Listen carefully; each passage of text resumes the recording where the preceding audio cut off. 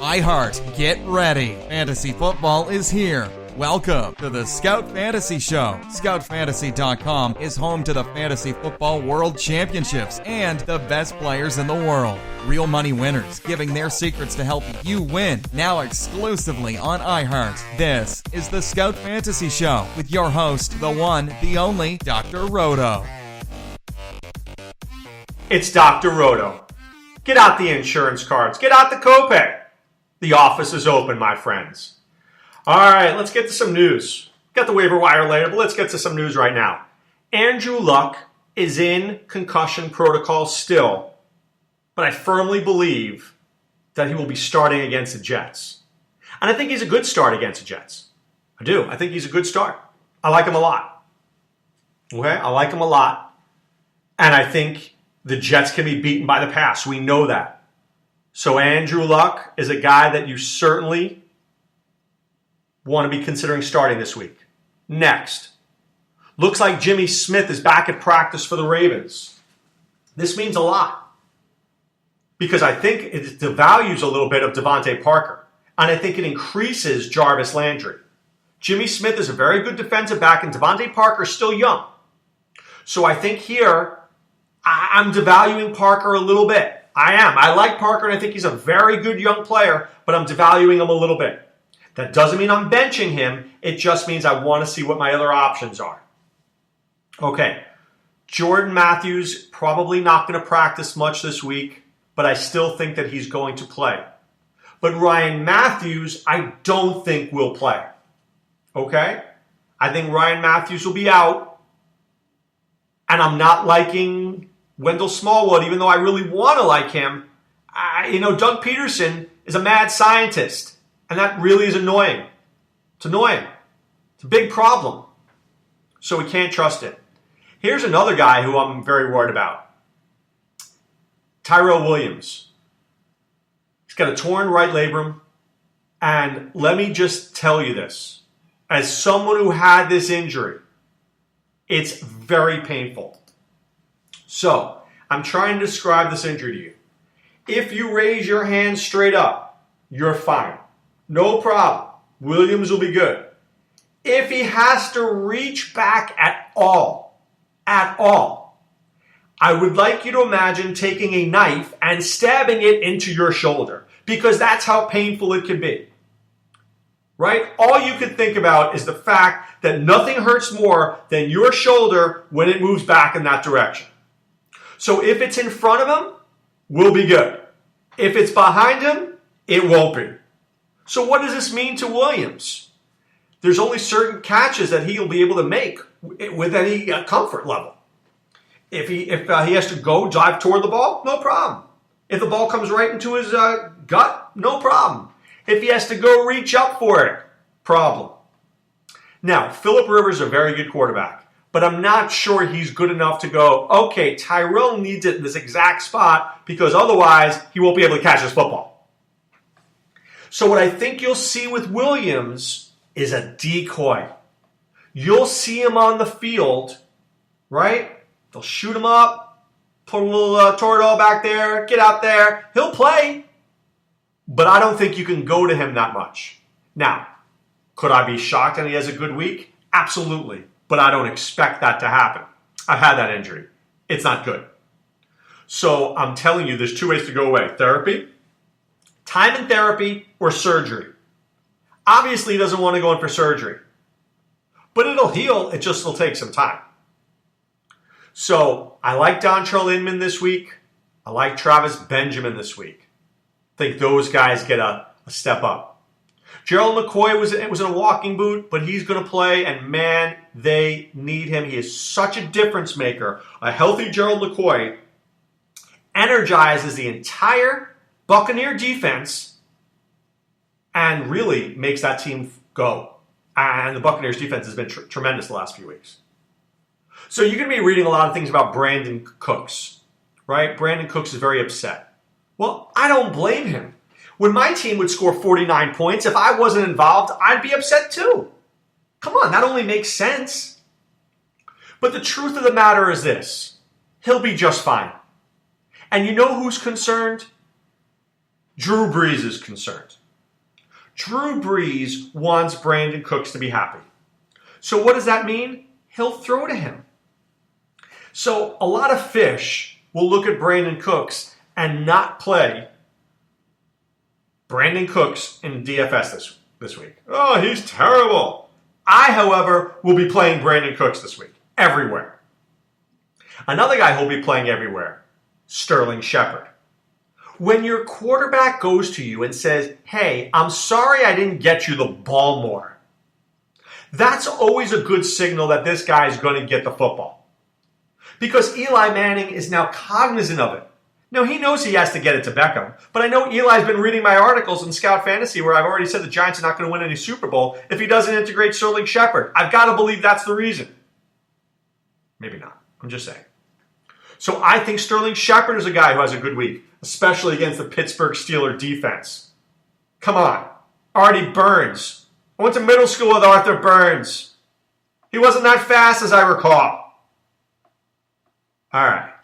John Brown still dealing with sickle cell. So it's a problem.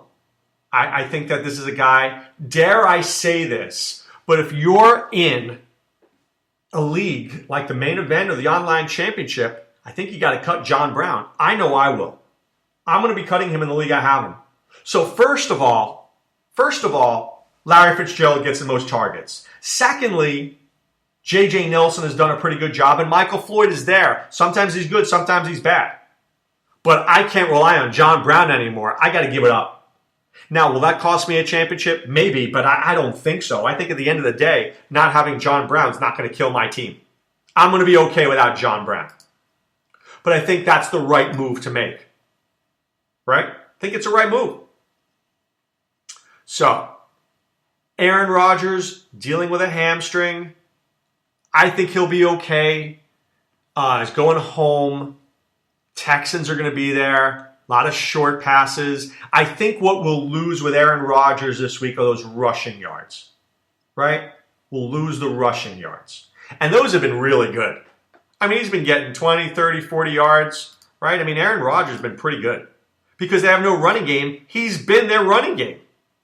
I mean, let me get to it here. Aaron Rodgers has been outstanding, right, in terms of the running. So, 26 yards, 33 yards, 27 yards, 43 yards, 60 yards in the last few weeks. I mean, that's like found money. That's like walking into a club at 4 in the morning and finding a 20 on the floor. I'll take it. It's 2 or 3 points. Do I need it? No. I need his 300 yards passing. But, I mean, look at this. Aaron Rodgers' season, now that I'm looking at it. 199-2, 213-1. Not so great. Now it's 205-4, 259-2, 294-1, 326-3, 246-4, 297-3, 371-2, 351-3, 313-2. It's very interesting. So I made a very controversial pick of Aaron Rodgers in the 4th round of the DFS crossover draft. And there were a couple of guys, oh, what a terrible play that was. That was a terrible pick. Yeah, the dude's got 3,000 yards and 27 touchdowns. He's got rushing touchdowns to boot. Got 285 yards rushing and 3 rushing touchdowns. You think he's a bad pick? Hi, I'm Dr. Roto. I don't make bad picks. Nice to meet you. Please. And by the way, in that league, it was 6 point per touchdown pass. 6 point per touchdown pass. Right? So when you look at that, 27, guys got 27 touchdowns. I'm just throwing it out there for you. Right? 27 touchdowns at 6 points per touchdown. So I'll look at this for you just because it's very intriguing me. Oh, Carson Palmer. People liked him when the season started, right? Oh, what does he have? 15 touchdowns. Pretty much similar yards. 15 times 6, 90. 27 times 6, 162. Thank you very much. Oh, by the way, I get 3 rushing touchdowns and 285 yards on top of that. But I'm sure somebody in a 14-team league was stuck with Carson Palmer as their quarterback. How about Eli Manning? You like Eli Manning? A lot of people like Eli Manning. By the way, he's got 20 touchdowns. That's good. Aaron Rodgers has 27. Eli's got no touchdowns rushing. Aaron Rodgers has 3. Aaron Rodgers has 280 yards rushing. Eli's got -6. So I'm just giving you guys out there. Right? But I think the guy to own, by the way, I have to see these numbers. How about my guy Kirk Cousins? He's good. He only has 20 touchdowns, though. But he's got 3,500 yards. 3,500 yards. 20 touchdowns. 1 rushing touchdown. Still, I might take Aaron Rodgers there. 27 touchdowns. It's pretty big. All right, let's once again go back over the waiver wire because it is Waiver Wire Wednesday, and you know that's how we roll here, okay? So just giving you players again. We discussed it yesterday. I'll discuss it again today in case you missed yesterday's podcast. How about, and of course, you can find my article at scoutfantasy.com. Enter the promo code ROTO. That's ROTO. You pay for 1 month. We'll get you some more months for free. I don't know whether it's 3 or 4. We'll figure it out. It was 4 because it was Cyber before, but now maybe back to 3 or 2. You could take advantage of the deal, by the way. All right, Ryan Tannehill. Do you know the Dolphins are on the way to making the playoffs? And you could have Ryan Tannehill right now? So if I was in a league and I had one quarterback and I needed another one going into the fantasy playoffs, I think he could do a lot worse than Ryan Tannehill. If Colin Kaepernick is somehow available in your league, please go get him right now. How about Trevor Siemian? How about Trevor Siemian? You know, here's what I want to say right now. You need to get depth in your league. You need to make sure you're covered. You need to make sure you're covered. So if I could get myself a Ryan Tannehill, you need a second quarterback. What if your star quarterback gets hurt? Then you know what you have? Nothing. Is Trevor Siemian better than nothing? Yes, he is. He is absolutely better than nothing. How about Matt Barkley? Play San Francisco, Detroit, Washington. He could be interesting. All right, a running back, Adrian Peterson. He's ahead of schedule. I don't love him, but I like him enough. I think that he's going to be back probably week 15, most likely week 16, so long as the Vikings are in the hunt. The Vikings are in the hunt, he'll be there. How about, I don't know, I'm just throwing if Derrick Henry's been cut, Kenneth Dixon. What if DeMarco Murray should get hurt week 14? You've got Henry week 15, 16, and if you have him, you know what you're going to probably have? A fantasy championship. So I think he's a very interesting play. How about an underrated play, Rex Burkhead? Look, Gio Bernard is done. Jeremy Hill could only do so much, right? Could only do so much. So Burkhead, maybe he's like John Kuhn, but better. A few runs, a few catches, a few blocks. Played a bunch of snaps. So there you have it. And how about Alex Collins? If you own Thomas Rawls, if he gets hurt, which he's prone to do, Alex Collins is the backup there. All right, at wide receiver, Marquise Lee, I think Allen Hurns, not doing a very good job, and I think he has a hamstring injury, so I really like Lee, really do. Tyreek Hill, I can't believe he's on your waiver wire, but if he is, please grab him. Marcus Wilson, you know I love Marcus Wilson. He's their best player right now. So he's 24, he's 6'4", he's fast, he's tall, he's strong. He just needs to learn how to catch and run better routes. How about Taylor Gabriel? If you play in a league that gives bonuses for long-distance touchdowns, how about Taylor Gabriel? How about Malcolm Mitchell? Right?